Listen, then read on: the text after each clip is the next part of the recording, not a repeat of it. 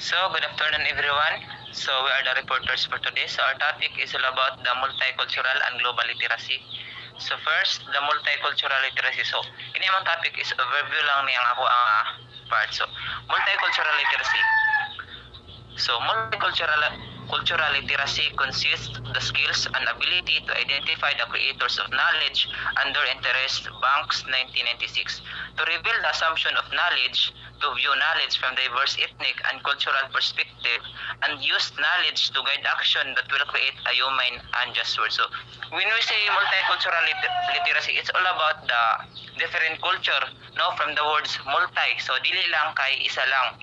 So, it means nga daghan siya. So, basically, the multicultural literacy is the ability to understand and appreciate the parallels and differences between sa costumes, values, beliefs of different cultures. So, why we need to understand multicultural literacy?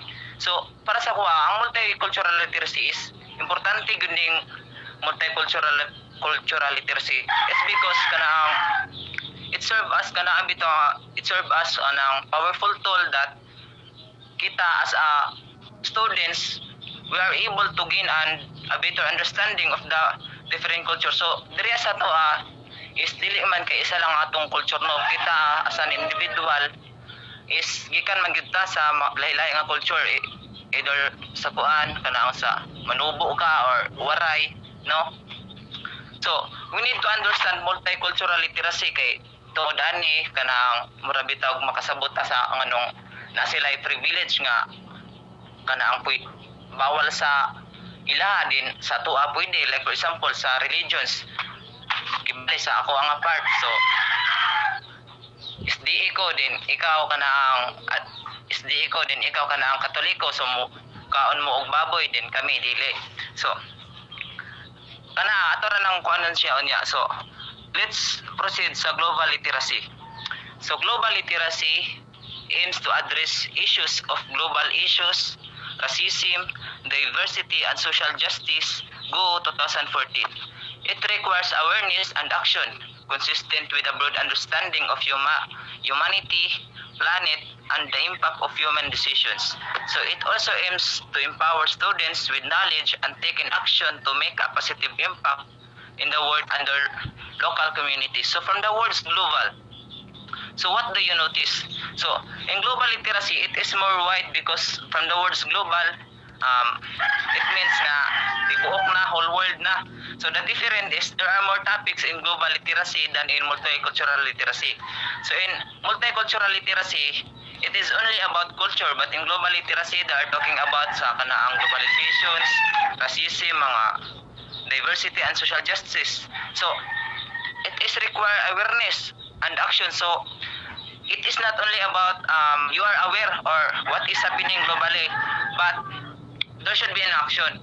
So consistent with a broad understanding. So when we say broad understanding is bitong ang ato ang knowledge bitaw is mas mapuan pa ba, mas mapalawak pa, no, about sa humanity, planet, so interconnecting multicultural and global literacy.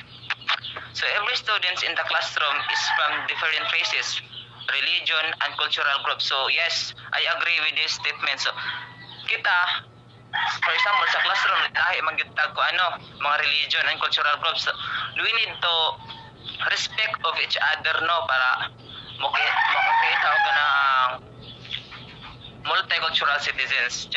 So number 2, teachers should be teach them of other existing cultures and perspectives. So katong mga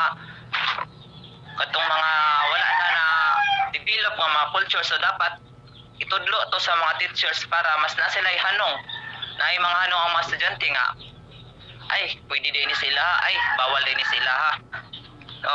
So integrating variety of cultural context into lessons and activities will provide the students the wider view of the world, create respect of diversity, and enable them to appreciate information. So when we say integrating the variety of cultural context, so gi-apply na ang mga cultural context when you say variety ka ng mga kasi mga cultures, no, into lessons or activities. So for example, is bitong For example, sa Aralpan.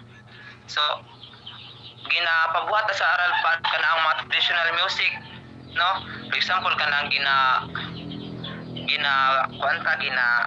pabuhat og group activity nga kuan kanang ginapabuhat og kanang mga short nga presentation about traditional music para i-present bisag kan lang gamay lang, di ba, kanang mga or kanang traditional dance. For example, kanang sa mga classical dance, kanang mga sa manubo nga sayaw gina apply na ba sa curriculum. So sa ikaapat is classroom become increasingly more diverse. Hence, education should analyze and address diversity issues and integrate multiculturalism information into the classroom curriculum.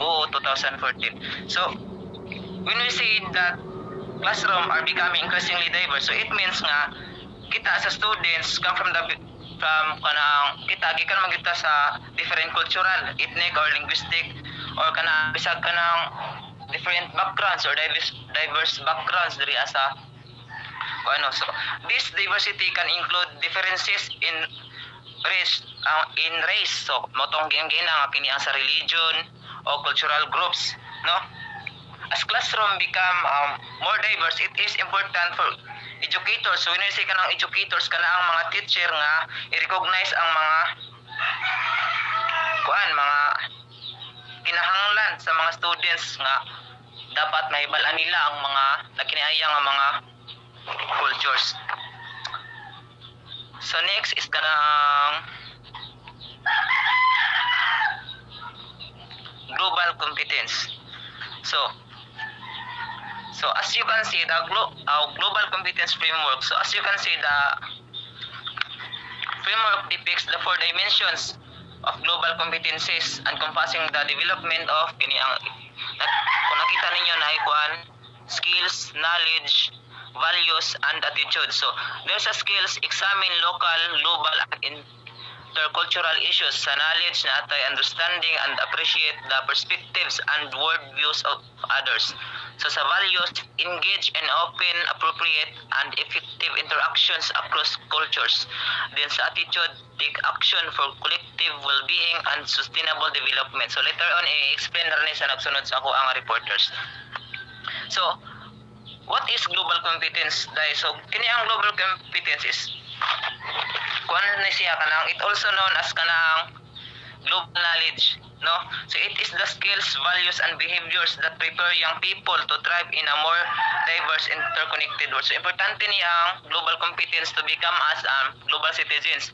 So importante ni ang global competence para pohon maka-abroad ta din nanatay kabalo na ta mo communicate, kabalo na ta mo understand sa mga different cultures dito sa laing lugar or bisan sa Philippines, no?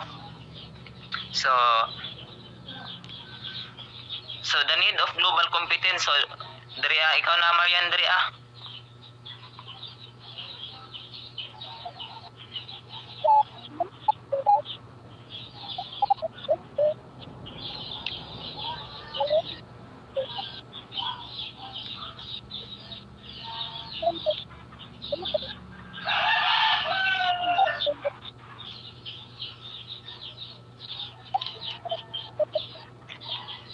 Hindi mo klaro ang tingog.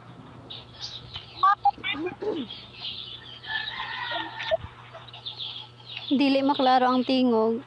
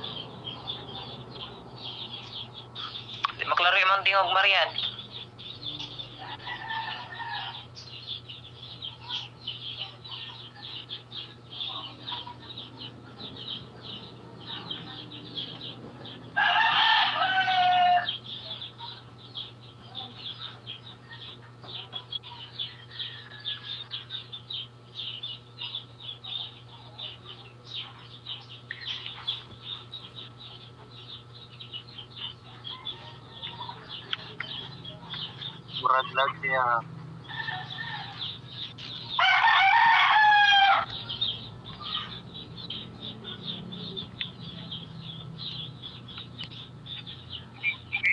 Kamu nga group pre. Group Unit 4. Sige.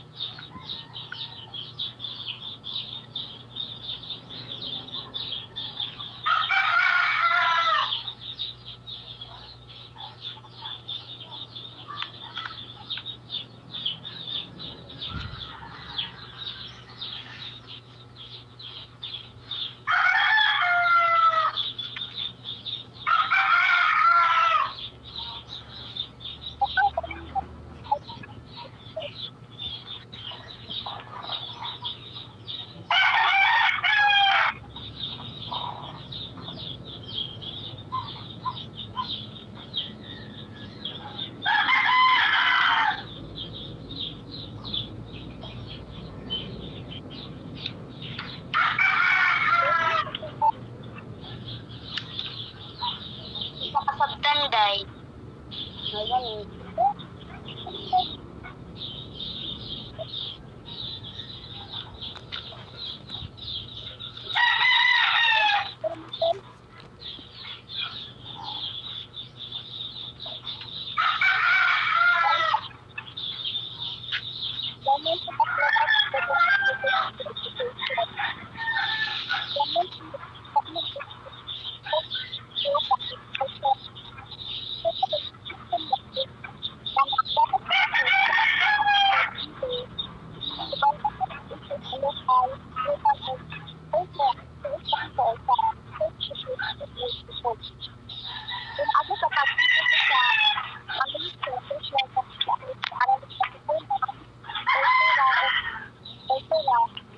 Mas makapos o mas okay sa ang pagsabot or mas makadali ang pagsabot sa issue sa local o cultural significance. At tinaadyan, mas makinig ang ilang o pumitala sa isang significance local o cultural significance.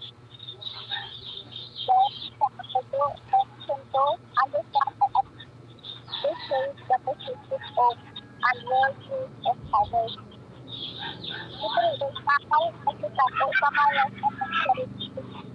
habang napapalitan dito sa alam ng idea. This is the example is kanang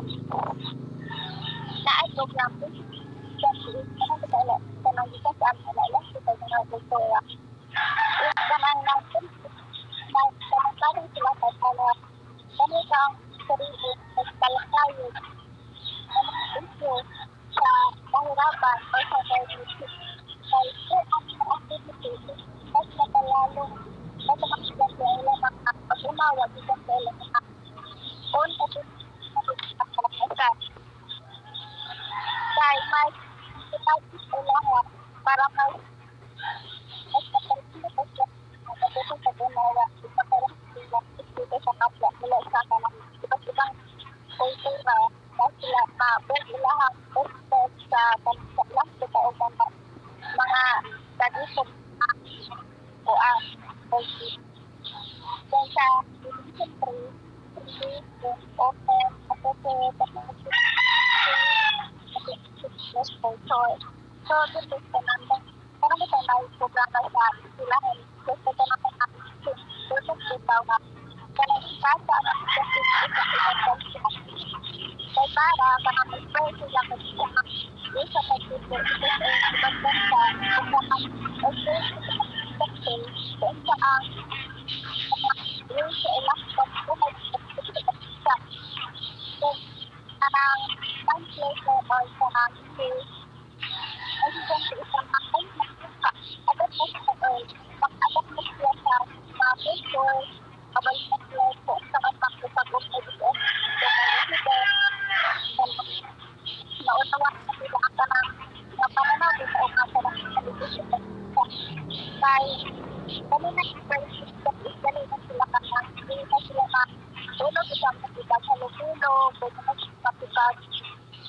July o kanang March. Pagkikit na sila matipag alupilo sa lantahan ito mga inuuhan like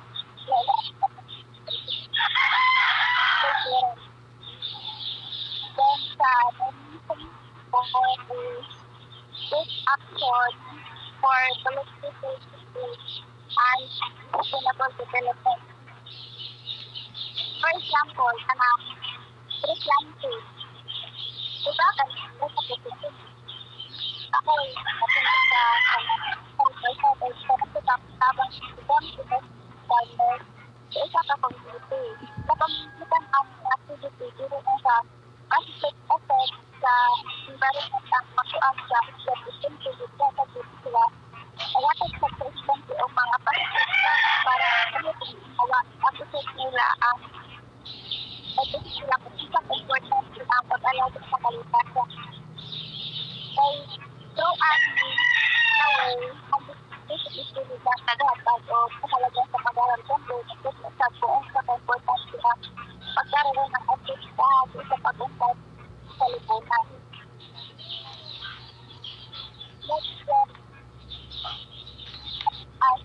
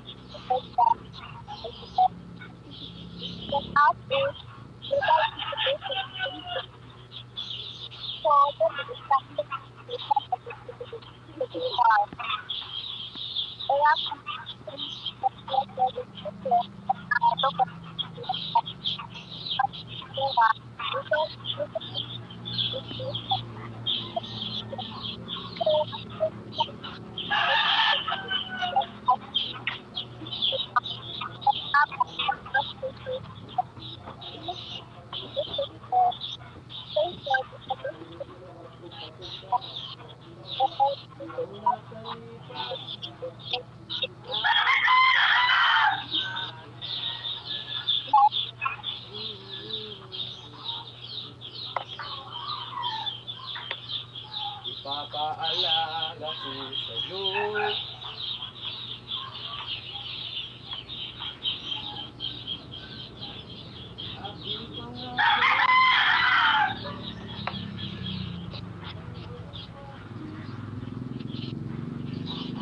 Asa naman to? Nawa naman tas passing ani. Umana si Kuan, Marian. Oo ka na. Kunay mo. Asa naman gamit? Diri as a skill to understand the world and take action. Dire. Okay. So, good afternoon everyone. Skills to understand the world and take action. Effective education for global competence gives students the opportunity to mobilize and use their knowledge, attitudes, skills, and values together while sharing ideas in global issues in and outside of school or interacting with people from different cultural background. So, as a student, kung unsa ato ang naban-an sa sulod or sa gawa sa paaralan, dapat nato na i-share sa ubang tao or sa mga uban na nagpuyo diri sa ato ang kalibutan para mabalaan nila or maunawaan nila kung unsa dapat ang buhaton nila para sa ikakabuti sa ato ang kultura. Next is knowledge about the world and other cultures. Perspective taking refer to cognitive and social skills and understand how other people think and feel. So, ang perspective taking tumutukoy na siya sa cognitive or nagbibigay malay. Example, sa magkaibigan, sa sobra ninyo ka close is kanang wala kanang maggara-gara na mong istorya, then wala ka kabalo nga sa imuhang istorya sa imuhang friend is na kanagayang nakanalain na siya ba, then natingalan lang ka sa mga pila ka oras nga di na kanya tingugan, then mo din na ma-rewind nimo sa imuhang huna-huna nga nganong dili na kaniya tingugan mo nang murag nagbibigay malay sa imuha ba nga dapat mo istorya ka sa imuhang friend, dapat nimo nga imuhang kuanon sa dapat imuhang kuanon nga dili ikasakit sa iyahang damdamin or sa iyahang kalooban. Next is adaptability refer to the ability to adapt system thinking and behaviors to the prevailing cultural environment or the situations and contexts that can present new demands and challenges. So, sa ato ang kultura na kapaligiran, mas maayo jud nga nangingibabaw or i-adapt ang thinking and behavior para maging handa ta sa paparating na pangangailangan at hamon sa ato ang kultura sa kapaligiran. Next is knowledge about the world and other cultures. Openness, respect for the diversity and global mindedness are the behavior to a global competent individual. So individual sa ato as a student is kinahanglan kabalutan makipaghalubilo sa ibang tao or paggalang sa bawat isa, and then kinahanglan nga ma-aware pud ta sa pangyayari sa ato ang palibot. Valuing human dignity and diversity are considered critical filtered through which individual process information about their culture and decided how engage with others and the world. So, ang pagpapahalaga ng dignidad at pagkakaiba ng tao ay ginaturing na siya nga critical filters. Individual sa ato is nag-process ng information tungkol sa ato ang kultura or sa ang uban individual is naghuna-huna sila kung saon pag-ugnay sa uban, kaugnayan sa uban tao or sa ato ang kultura sa mundo. That's all.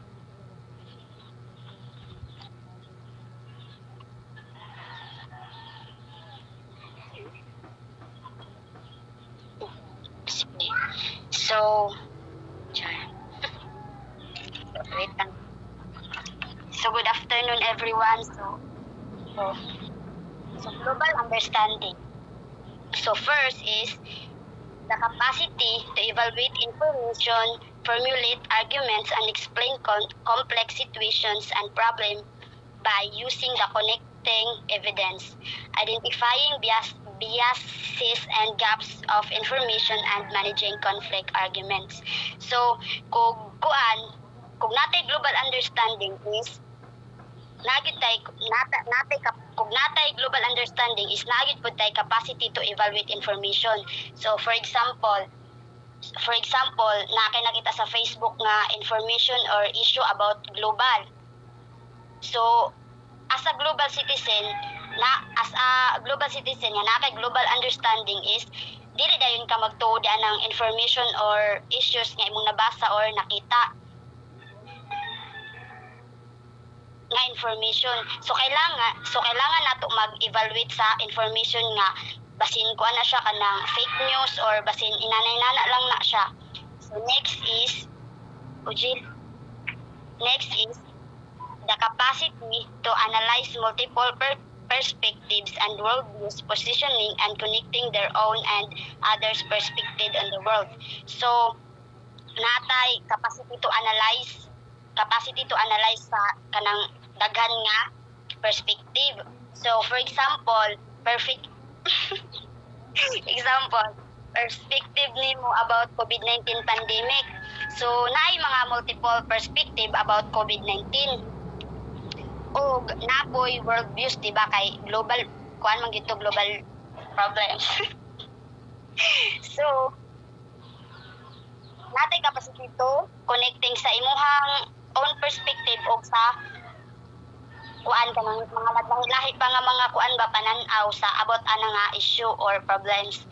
Next is the capacity to understand differences in communication, recognizing the importance of social appropriate communication and adapting it to the demands of diverse cultural contexts. So napud tay capacity to understand, diba, sa kuan kanang bisag diri alang sa Philippines, diba, dili man one language lang, so daghan kaya nato magkuan ba naatay knowledge nga magsabot sa bisan unsa nga kuan, bisag unsa nga language or unsa ilahang mga kuan didto.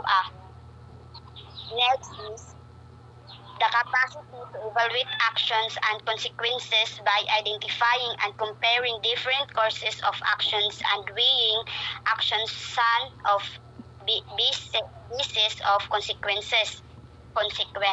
So diri is natay capacity to evaluate. So una is for example na problem. So kwanta kanang natay capacity nga magkuan kanang ang problem din pangitaan mag-investigate ta o for example kaning pollution. Ang problem is ang pollution. So magkuan din tadi mag-investigate din tadi asa gikan ang problema, asa siya nagsugod. Then pangitaan din na og solution. Kana nga problem is pangitaan din og solution, din i-evaluate dayon na kung unsa ka effective ang solution, nga imuhang gi-apply sa problem, then i-implement, then imo din na siyang i-evaluate kung unsa ka effective ang imong gibuhat nga solution. Next is nawala Jill.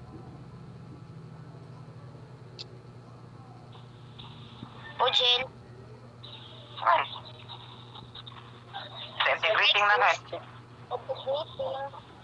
Integrating global and intercultural issues in curriculum. So first is students can understand issues across ages.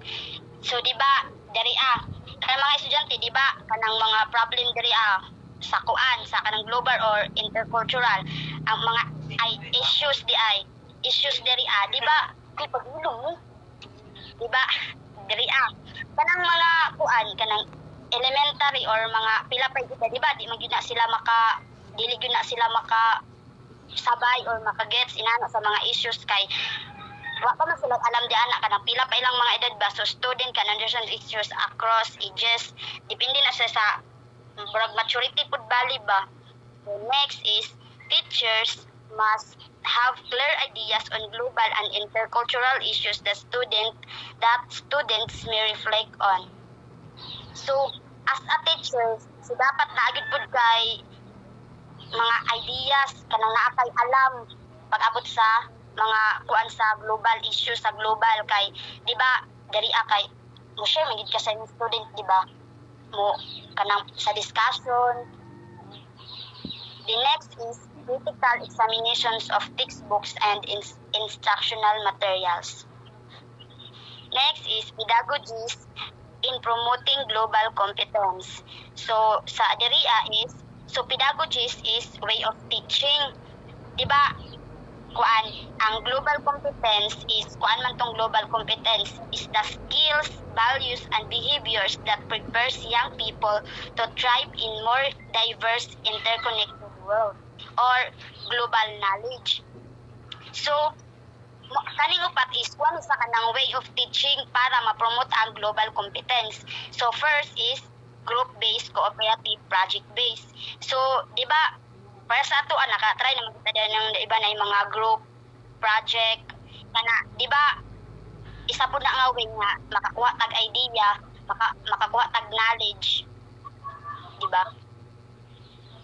Next is class discussion. Siyempre, makakuha kita sa class discussion kay, for example, ani karon, di ba, ambot na ako naubot. Next is service learning. For example, kanang mag-tutor ka, di ba? Isa po na siya nga way.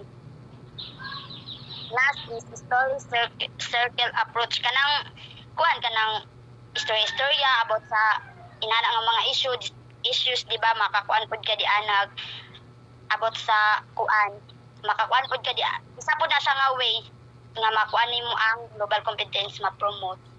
That's all. Thank you.